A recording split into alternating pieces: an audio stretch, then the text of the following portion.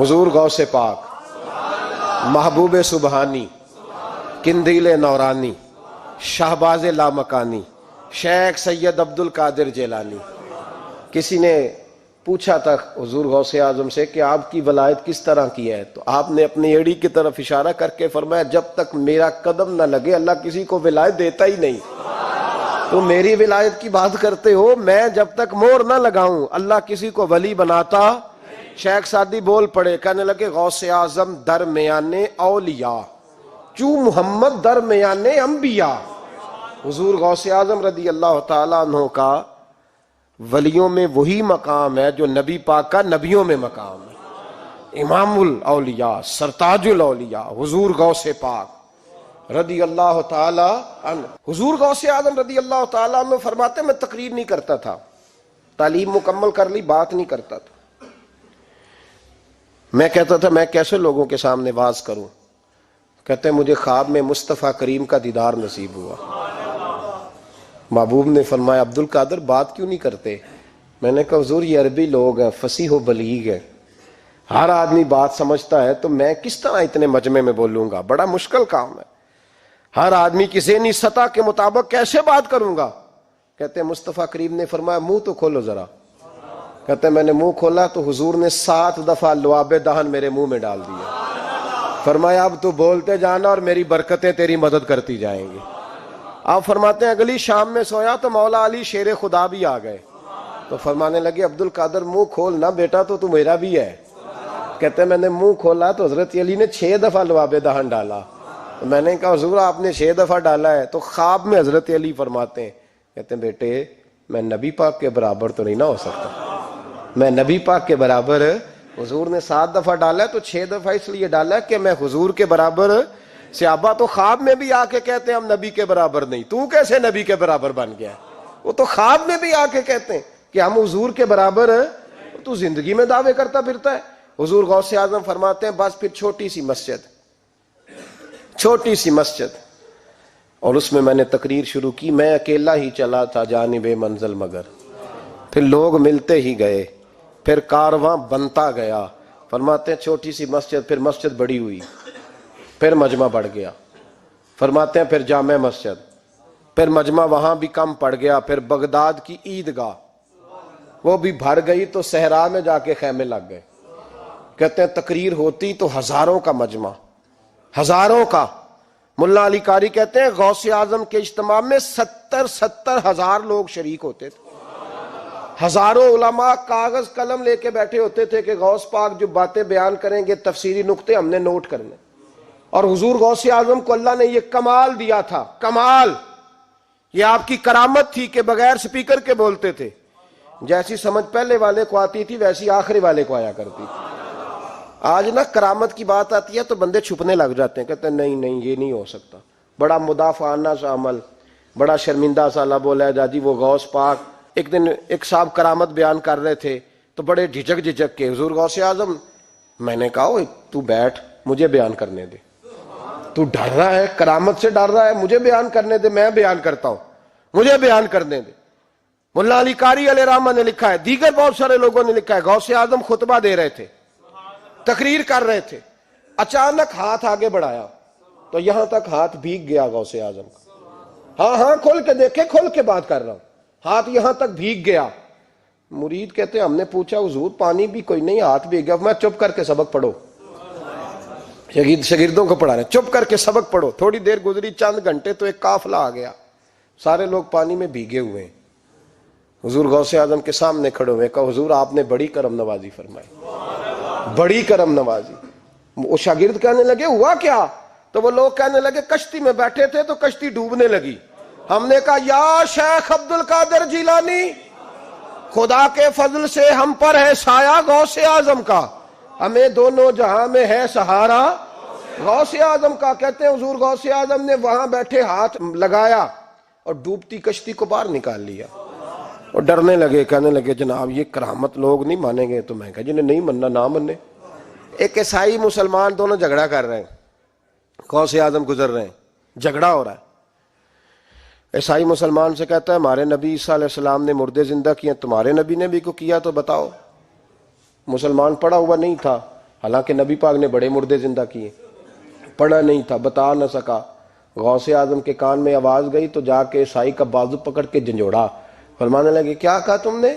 میرے مصطفیٰ نے مردہ زندہ کیا تو بتاؤں؟ فرمایا تو نبی پاک کی چھوڑ، میں غلاموں کا غلام ہوں، میں غلاموں کا غلام ہوں، مجھے بتا کون سا مردہ زندہ کرنا ہے۔ تو چھوڑ حضور کی بات نہ کر، میں غلاموں کا غلام ہوں، مجھے بتا کون سا مردہ زندہ کرنا ہے۔ پرانی قبر پہ لے گیا، کہنے لگا جی اگر نہ ہوا تو؟ غوث اعظم فرمانے لگے جو تو کہے گا وہ میں کروں گا۔ تو کہنے لگے اگر ہو گیا تو؟ اگر تو غوث اعظم کہنے لگے نہ میرے خانقاہ پہ جھاڑو دینا، نہ میرے برتن مانجنا، نہ میرے گھر کا سودا لانا، اگر زندہ ہو گیا تو بس میرے نبی کا کلمہ پڑھ جانا، بس میرے رسول کا کلمہ پڑھ جانا۔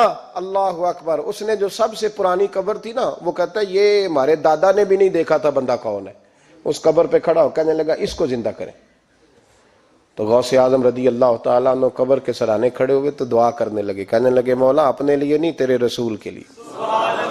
پھر فرمایا قم باذن اللہ، اٹھ اللہ کے حکم کے ساتھ۔ ایک عورت کلمہ پڑھتی ہوئی کھڑی ہو گئی، کھڑی ہو گئی، اور کھڑی ہو کے اس نے پہلا جملہ کہا تو کمال کر دی، کہنے لگی میرے نصیب دیکھو، میں بنی اسرائیل کی تھی، عبد القادر تیرے صدقے جاؤں، تو نے مجھے کھڑا کیا ہے تو اللہ نے مجھے مصطفیٰ کا کلمہ پڑھنے کی توفیق دے دی، تیرے قربان جاؤں عبد القادر، تیری کیا بات ہے۔ اب وہ بندہ دوڑ دوڑ کے غوث اعظم کے قدموں میں آیا، فرمانے لگے نا کلمہ میرے مصطفیٰ کا پڑھنا ہے، حضور کا غلام بننا ہے۔ او بھائیو، حضرت شیخ عبد القادر جیلانی، حضور غوث اعظم رضی اللہ تعالیٰ عنہ، معمولی بات نہ سمجھنا، حضور غوث اعظم رضی اللہ تعالیٰ عنہ فرماتے ہیں میں قدم نہ لگاؤں تو اللہ ولایت ہی نہ دے، میں قدم نہ لگاؤں تو اللہ ولایت نہ دے۔ ایک آدمی سے حضور غوث پاک ناراض ہو گئے، ایک شخص سے، نکل جا میرے آستانے سے۔ دعا منگیا کرو سنگیو، کتے مرشد نہ رس جاوے، جنہاں دے پیر رس جاندے، وہ جیوندے بھی وہ مرے ہی رہن، چل دوڑ جا، نکل جا۔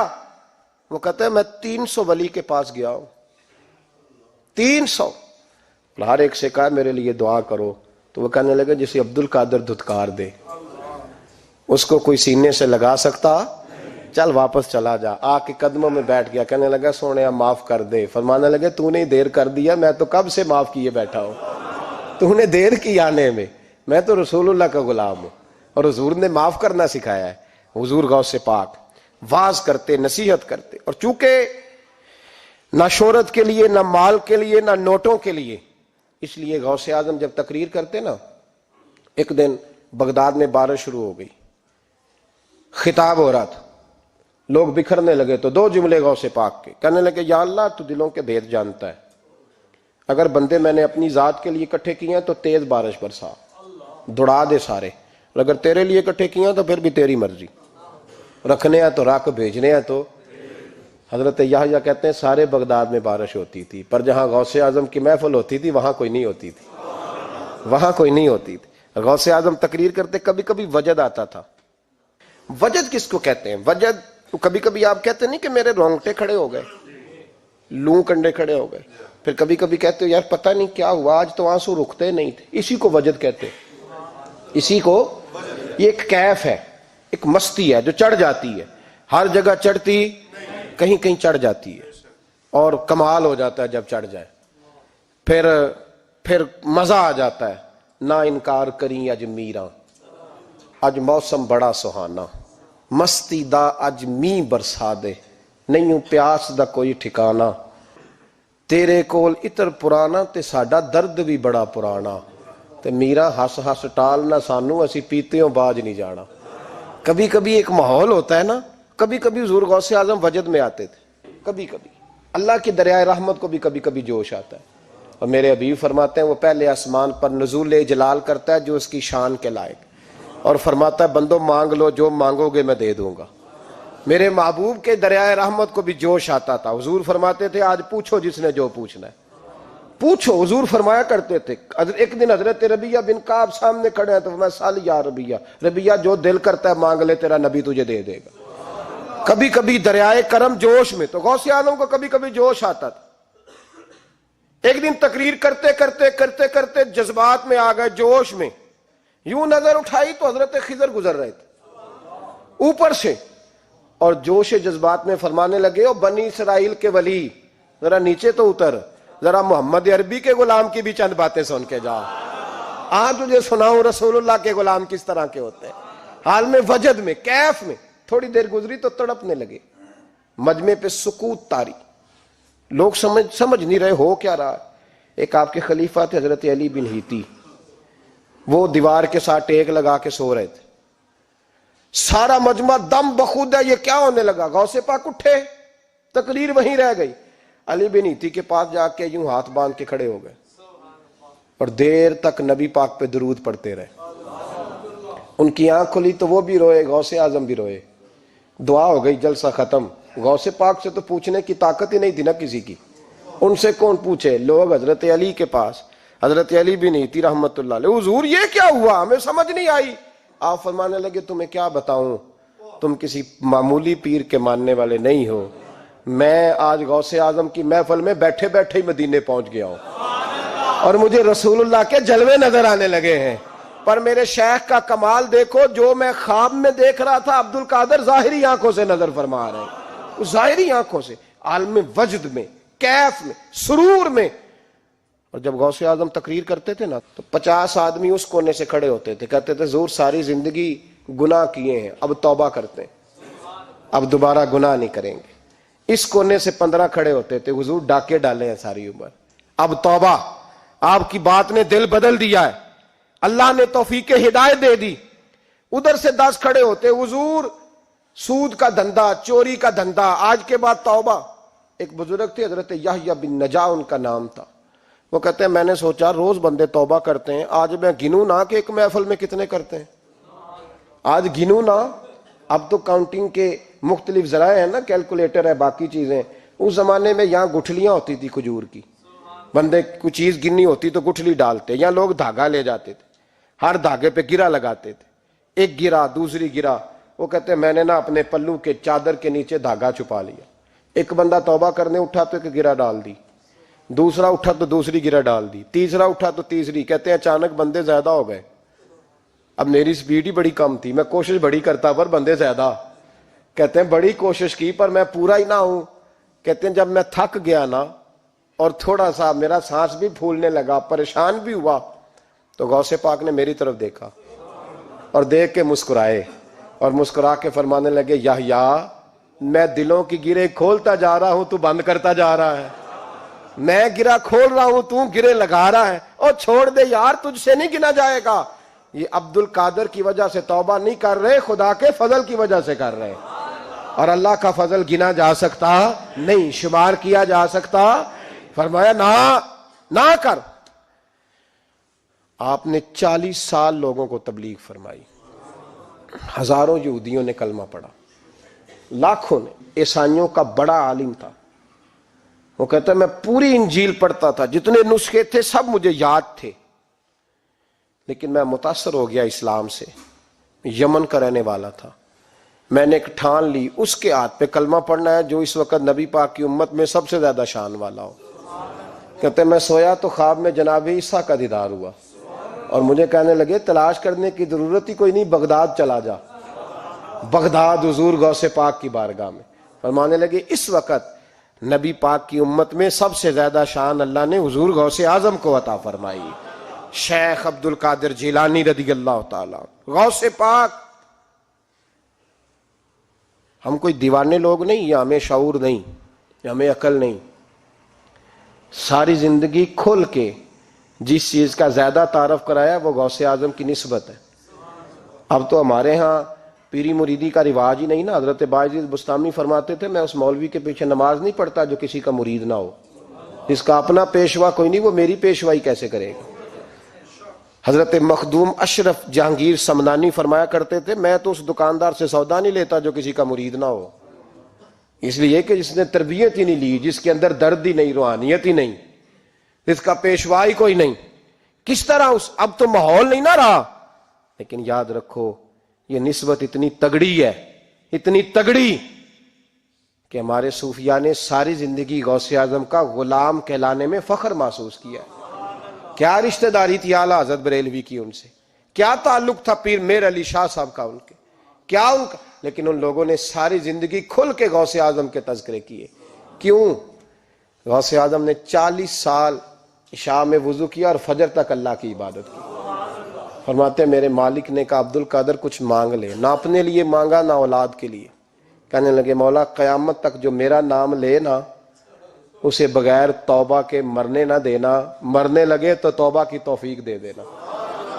فرماتے ہیں میرے مالک نے وعدہ کیا ہے جو میرا ماننے والا ہوگا بغیر توبہ کے نہیں مرے گا۔ اور حضور غوث پاک رضی اللہ تعالیٰ عنہ فرماتے میں تو قیامت میں بھی اتنی دیر جنت میں نہیں جاؤں گا جب تک سارے مرید نہ ساتھ چلے جائیں، میں نے جانا نہیں، کھڑا ہو جاؤں گا، عرض کروں گا مولا بھیج۔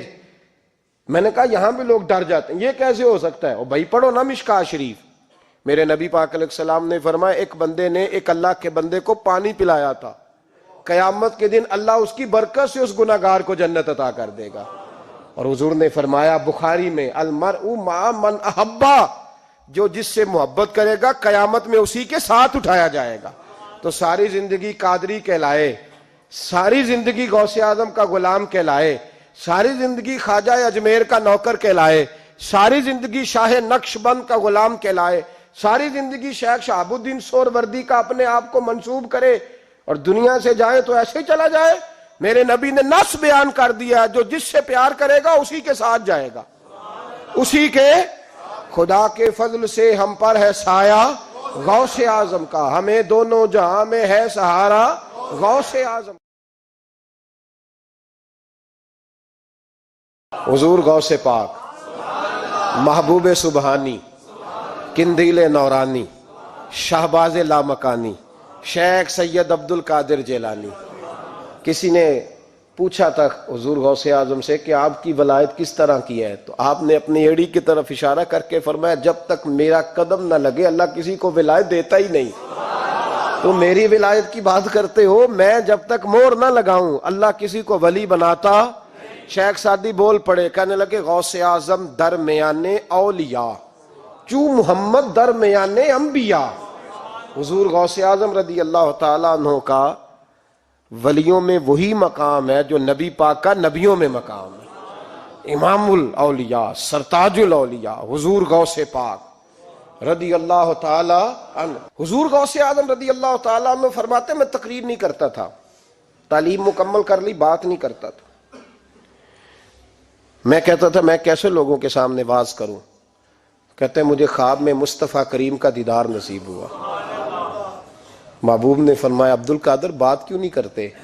میں نے کہا حضور یہ عربی لوگ ہیں، فصیح و بلیغ ہیں، ہر آدمی بات سمجھتا ہے، تو میں کس طرح اتنے مجمع میں بولوں گا؟ بڑا مشکل کام ہے، ہر آدمی کی ذہنی سطح کے مطابق کیسے بات کروں گا؟ کہتے ہیں مصطفیٰ کریم نے فرمایا منہ تو کھولو ذرا۔ کہتے ہیں میں نے منہ کھولا تو حضور نے 7 دفعہ لعاب دہن میرے منہ میں ڈال دیا۔ فرمایا اب تو بولتے جانا اور میری برکتیں تیری مدد کرتی جائیں گی۔ آپ فرماتے ہیں اگلی شام میں سویا تو مولا علی شیر خدا بھی آ گئے، تو فرمانے لگے عبد القادر منہ کھول نا بیٹا، تو میرا بھی ہے۔ کہتے ہیں میں نے منہ کھولا تو حضرت علی نے 6 دفعہ لعاب دہن ڈالا۔ میں نے کہا حضور آپ نے 6 دفعہ ڈالا ہے، تو خواب میں حضرت علی فرماتے ہیں، کہتے ہیں بیٹے میں نبی پاک کے برابر تو نہیں نہ ہو سکتا، میں نبی پاک کے برابر، حضور نے 7 دفعہ ڈالا ہے تو 6 دفعہ اس لیے ڈالا ہے کہ میں حضور کے برابر۔ صحابہ تو خواب میں بھی آ کے کہتے ہیں ہم نبی کے برابر نہیں، تو کیسے نبی کے برابر بن گیا؟ وہ تو خواب میں بھی آ کے کہتے ہیں کہ ہم حضور کے برابر ہیں، تو زندگی میں دعوے کرتا پھرتا ہے۔ حضور غوث اعظم فرماتے ہیں بس پھر چھوٹی سی مسجد، اور اس میں نے تقریر شروع کی، میں اکیلا ہی چلا تھا جانب منزل مگر، پھر لوگ ملتے ہی گئے، پھر کارواں بنتا گیا۔ فرماتے ہیں چھوٹی سی مسجد، پھر مسجد بڑی ہوئی، پھر مجمع بڑھ گیا۔ فرماتے ہیں پھر جامع مسجد، پھر مجمع وہاں بھی کم پڑ گیا، پھر بغداد کی عیدگاہ وہ بھی بھر گئی تو صحرا میں جا کے خیمے لگ گئے۔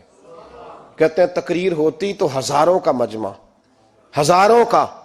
ملا علی قاری کہتے ہیں غوث اعظم کے اجتماع میں 70 ہزار لوگ شریک ہوتے تھے، ہزاروں علماء کاغذ قلم لے کے بیٹھے ہوتے تھے کہ غوث پاک جو باتیں بیان کریں گے تفسیری نقطے ہم نے نوٹ کرنے۔ اور حضور غوث اعظم کو اللہ نے یہ کمال دیا تھا، کمال، یہ آپ کی کرامت تھی کہ بغیر سپیکر کے بولتے تھے، جیسی سمجھ پہلے والے کو آتی تھی ویسی آخری والے کو آیا کرتی تھی۔ آج نا کرامت کی بات آتی ہے تو بندے چھپنے لگ جاتے ہیں، کہتے ہیں نہیں نہیں یہ نہیں ہو سکتا، بڑا مدافعانہ سا عمل، بڑا شرمندہ سا اللہ بولا ہے جی وہ غوث پاک۔ ایک دن ایک صاحب کرامت بیان کر رہے تھے تو بڑے جھجک کے حضور غوث اعظم، میں نے کہا تو بیٹھ مجھے بیان کرنے دے، تو ڈر رہا ہے کرامت سے ڈر رہا ہے، مجھے بیان کرنے دے، میں بیان کرتا ہوں، مجھے بیان کرنے دے۔ ملا علی قاری علیہ رحمہ نے لکھا ہے، دیگر بہت سارے لوگوں نے لکھا ہے، غوث اعظم خطبہ دے رہے تھے، تقریر کر رہے تھے، اچانک ہاتھ آگے بڑھایا تو یہاں تک ہاتھ بھیگ گیا غوث اعظم کا۔ ہاں کھول کے دیکھے، کھول کے بات کر رہا ہوں، ہاتھ یہاں تک بھیگ گیا۔ مرید کہتے ہیں ہم نے پوچھا حضور پانی بھی کوئی نہیں، ہاتھ بھیگ گیا۔ میں چپ کر کے سبق پڑھو، شاگردوں کو پڑھا رہے ہیں، چپ کر کے سبق پڑھو۔ تھوڑی دیر گزری، چند گھنٹے تو ایک قافلہ آ گیا، سارے لوگ پانی میں بھیگے ہوئے ہیں، حضور غوث اعظم کے سامنے کھڑے ہوئے، کہا حضور آپ نے بڑی کرم نوازی فرمائی، بڑی کرم نوازی۔ وہ شاگرد کہنے لگے ہوا کیا؟ تو وہ لوگ کہنے لگے کشتی میں بیٹھے تھے تو کشتی ڈوبنے لگی، ہم نے کہا یا شیخ عبد القادر جیلانی، خدا کے فضل سے ہم پر ہے سایہ غوث اعظم کا، ہمیں دونوں جہاں میں ہے سہارا غوث اعظم کا۔ کہتے ہیں حضور غوث اعظم نے وہاں بیٹھے ہاتھ لگایا اور ڈوبتی کشتی کو باہر نکال لیا، اور ڈرنے لگے، کہنے لگے جناب یہ کرامت لوگ نہیں مانیں گے۔ تو میں کہا جنہیں نہیں مننا نہ مننے۔ ایک عیسائی مسلمان دونوں جھگڑا کر رہے ہیں، غوث اعظم گزر رہے ہیں، جھگڑا ہو رہا ہے۔ عیسائی مسلمان سے کہتا ہے ہمارے نبی عیسیٰ علیہ السلام نے مردے زندہ کیے، تمہارے نبی نے بھی کو کیا تو بتاؤ۔ مسلمان پڑھا ہوا نہیں تھا، حالانکہ نبی پاک نے بڑے مردے زندہ کیے، پڑھا نہیں تھا، بتا نہ سکا۔ غوث اعظم کے کان میں آواز گئی تو جا کے عیسائی کا بازو پکڑ کے جھنجھوڑا، فرمانے لگے کیا کہا تم نے؟ میرے مصطفیٰ نے مردہ زندہ کیا تو بتاؤں؟ فرمایا تو نبی پاک کی چھوڑ، میں غلاموں کا غلام ہوں، میں غلاموں کا غلام ہوں، مجھے بتا کون سا مردہ زندہ کرنا ہے۔ تو چھوڑ حضور کی بات نہ کر، میں غلاموں کا غلام ہوں، مجھے بتا کون سا مردہ زندہ کرنا ہے۔ پرانی قبر پہ لے گیا، کہنے لگا جی اگر نہ ہوا تو؟ غوث اعظم فرمانے لگے جو تو کہے گا وہ میں کروں گا۔ تو کہنے لگے اگر ہو گیا تو؟